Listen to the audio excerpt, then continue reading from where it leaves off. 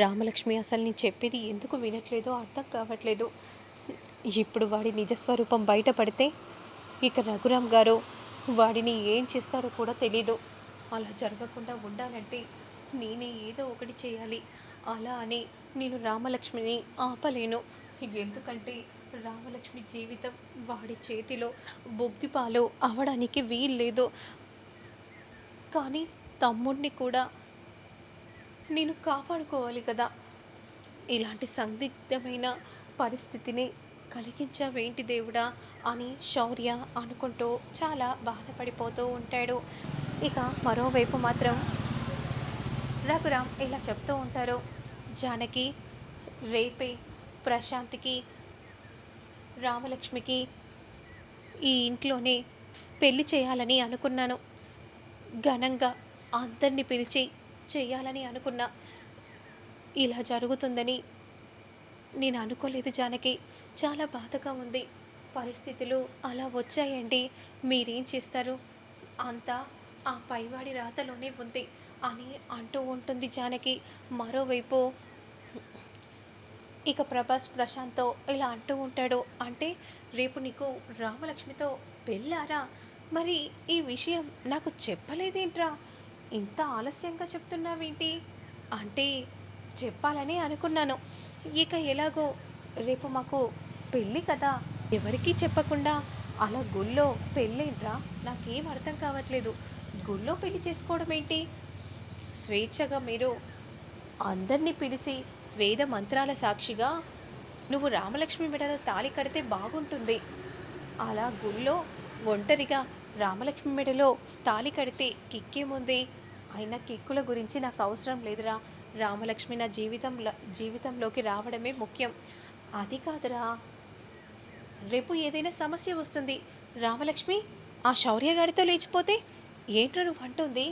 అవును, మరి ఆ రఘురామ్ని నిలదీయడానికి ఊరి జనాలు ఉండాలి కదా. మరి ఆ ఊరి జనాలు ప్రశ్నించాలంటే ఊరందరి ముందు నీ పెళ్లి జరగాలి. ఇప్పుడు ఏం చేయాలరా? ఏం చేయమంటావు? ఏముంది, ఊరందరి ముందు నీ పెళ్లి చేయమని చెప్పు. నా వల్ల కాదు. రేపే నా పెళ్లి పెట్టుకొని నేను అలా చెప్తే నా పెళ్లి క్యాన్సిల్ అయితే ఇంకేమైనా ఉందా? అయితే ఊరందరి ముందు నీ పెళ్లి ఎలా జరిపించాలో నేను చూసుకుంటాను. నువ్వు నిక్షిప్తంగా ఉండురా అని ప్రభాస్ అంటూ ఉంటాడు. ఇక మరోవైపు మాత్రం కావాలని ప్రభాస్ ఊర్లోకి వస్తాడు. రామలక్ష్మి మాత్రం చాలా బాధపడిపోతూ ఉంటుంది. ఎలాగైనా సరే వాడి బండారాన్ని నేను బయట పెట్టాలి అని అనుకుంటూ ఉంటుంది. ఇక అదే సమయానికి ప్రభాస్ ఊర్లోకి వచ్చి, ఏంటి మీరు ఇంకా ఇక్కడే ఉన్నారు? ఈరోజు రామలక్ష్మి పెళ్ళి కదా, మీరు ఇంకా ఇక్కడే ఉంటే ఎలా? ఏంటి మా పెద్దయ్య గారి కూతురు పెళ్ళా? మాకు తెలీదే. అసలు మాకు ఎలాంటి కబురు కూడా రాలేదు. ఓ, కబురు రాలేదా? కావాలంటే మీరే వెళ్ళి రఘురామ్ గారిని అడగండి, మీకు తెలుస్తుంది. ఈరోజు గుళ్ళో రఘురామ్ గారు తన కూతురికి పెళ్లి చేయబోతున్నారు అని ప్రభాస్ చెప్పగానే, ఏమే విన్నావా? పెద్దయ్య గారి కూతురి పెళ్ళంట. అసలు ఏం జరుగుతుంది? ఊరంతా తరలి వెళ్ళాలి. పదవే పద, ఆ ఇరుగు పొరుగు వాళ్ళకు చెప్పు అని అంటూ ఊరంతా కూడా చెప్పుకొని రఘురామ్ ఇంటికి అందరూ వెళ్తూ ఉంటారు. ఇక ప్రభాస్ చాలా సంతోషంగా చూస్తూ ఉంటాడు. ఇక మరోవైపు ప్రభాస్ మాత్రం ఈ సర్పంచ్ వాళ్ళు మాత్రం ఇక్కడే కూర్చొని ఎప్పుడూ అస్తమానం ముచ్చట్లే. అసలు ఆ పెద్దయ్య గారి ఇంట్లో ఏం జరుగుతుందో ఇంతైనా తెలీదు అని అనుకుంటూ, ఏంటి మామ ఇక్కడ కూర్చున్నారేంటి? ఈరోజు పెద్దయ్య గారి ఇంట్లో శుభకార్యం జరుగుతుంది కదా, ఏంటి నువ్వంటుంది? అవును, వాళ్ళ కూతురి పెళ్ళి గుళ్ళో చేయబోతున్నారు. మీరు ఇక్కడ ఇలా ముచ్చట్లు పెట్టుకుంటూ ఉంటే అక్కడ ఏర్పాట్లన్నీ ఎవరు చూస్తారు? అవునా, ఇప్పుడే మనం ఘనంగా అన్నీ తీసుకెళ్ళాలి, పదండ్రా పదండి అని విధంగా అంటూ అలా రఘురామ్ ఇంటికి వెళ్ళగానే అందరూ పువ్వులు పండ్లు అన్నీ కూడా తీసుకెళ్తారు. అంతలో మీరు ఇలా వచ్చారు అని శివరాం అనగానే, పెద్దయ్య గారి కూతురు పెళ్ళి గుళ్ళు చేయబోతున్నారు. ఊరంతా తరలి రావాలి కదా. ఊరంతా ఉంటేనే కదా పెద్దయ్య గారి పెళ్ళి పెద్దయ్య గారి కూతురు పెళ్లి జరుగుతుంది, మేము లేకపోతే పెద్దయ్య గారు ఎలా జరిపిస్తారు, అంతే కదా అని అనగానే, అదేం లేదు, ముందు ఇవన్నీ ఇక్కడ నుండి తీసుకెళ్ళండి, ఇప్పుడు ఇవన్నీ ఎందుకు చెప్పండి. అయ్యో, అలా అంటున్నారేంటి, ఏదో మా తరపున చిన్న కానుక అనుకోండి. సరే అనే విధంగా అనగానే ఇక వెంటనే, సరే అయ్యా, మేము త్వరగా రెడీ అయ్యి గుడికి వచ్చేస్తాము అని అంటూ అక్కడి నుండి వెళ్తూ ఉంటే, అదే సమయానికి ఆద్య అలానే చూస్తూ ఉంటుంది. అసలు ఏంటన్నయ్య, ఈ విషయం ఎవరికీ తెలియకుండా రామలక్ష్మి పెళ్ళి గుళ్ళో చేయాలని మనం అనుకున్నాం కదా, కానీ ఇలా జరిగిందేంటి అని శివరాం అంటూ ఉంటే, రఘురాం అలానే చూస్తూ ఉంటాడు. అసలు ఈ విషయం ప్రజల వరకు ఎలా వెళ్ళిందో నాకు కూడా అర్థం కావట్లేదు, అసలు ఎలా వెళ్ళి ఉంటుంది. అంతలో రామలక్ష్మి మాత్రం ఆ మాట విని చాలా బాధగా దీనంగా ఇంట్లోకి వెళ్తూ ఉంటుంది. ఇంట్లో ఏడుస్తూ ఉంటుంది. అప్పుడు రఘురాం మాత్రం, ఎలా అయితే ఏంటి, ఎలాగో తెలిసింది కదా, ఇప్పుడు వాళ్ళని మనం ఆపలేము, జానకి జరగాల్సిన కార్యక్రమాలు త్వరగా జరిపించు. సరే అండి అని అంటూ వెంటనే చీర తీసుకొని రామలక్ష్మి చేతికి ఇవ్వగానే, ఏంటమ్మా ఇదంతా, నాకు ఇష్టం లేదమ్మా, నాకు శౌర్య సార్ అంటేనే ఇష్టం. అమ్మా, ఇప్పుడు నేను ఏం చేయలేనమ్మా, నేను చెప్పేది వినమ్మా, నువ్వు ఈ చీర కట్టుకో, నీది నిజమైన ప్రేమ అయితే ఆ దేవుడే నీ ప్రేమను గెలిపిస్తాడు. ఏదమ్మా, ఆద్య ఎంతో ఇష్టపడింది, కానీ చివరికి ఏమైంది, ఏం జరిగిందమ్మా. అమ్మ రామ, ఇప్పుడు నేను ఏమీ చేయలేని పరిస్థితిలో ఉన్నానమ్మా అని జానకి అంటూ ఉంటుంది.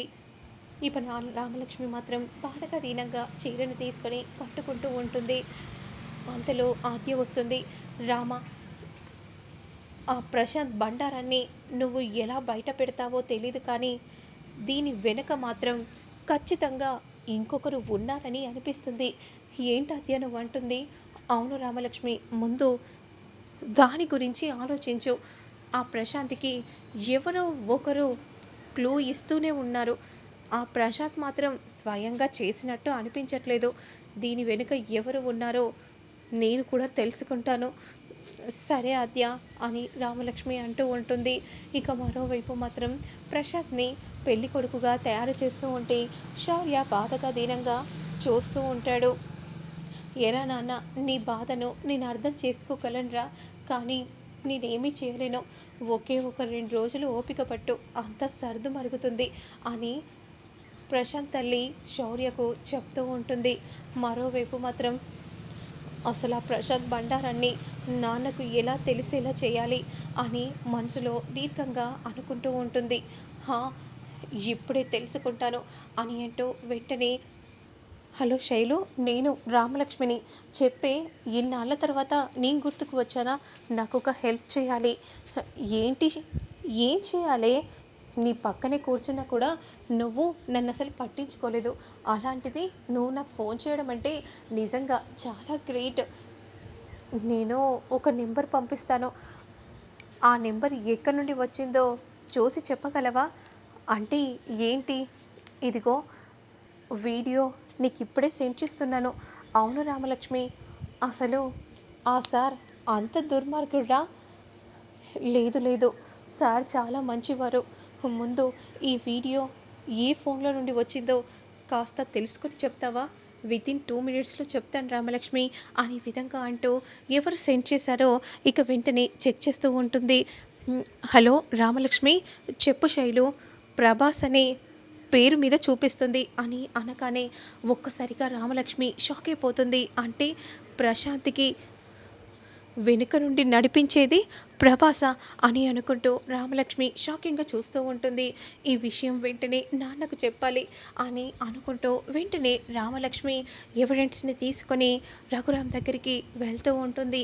మరి ఆ తర్వాత ఏం జరుగుతుందనేది మళ్ళీ నేను నెక్స్ట్ వీడియోలో అప్లోడ్ చేస్తాను, లేట్ చేయకుండా చూసేయండి.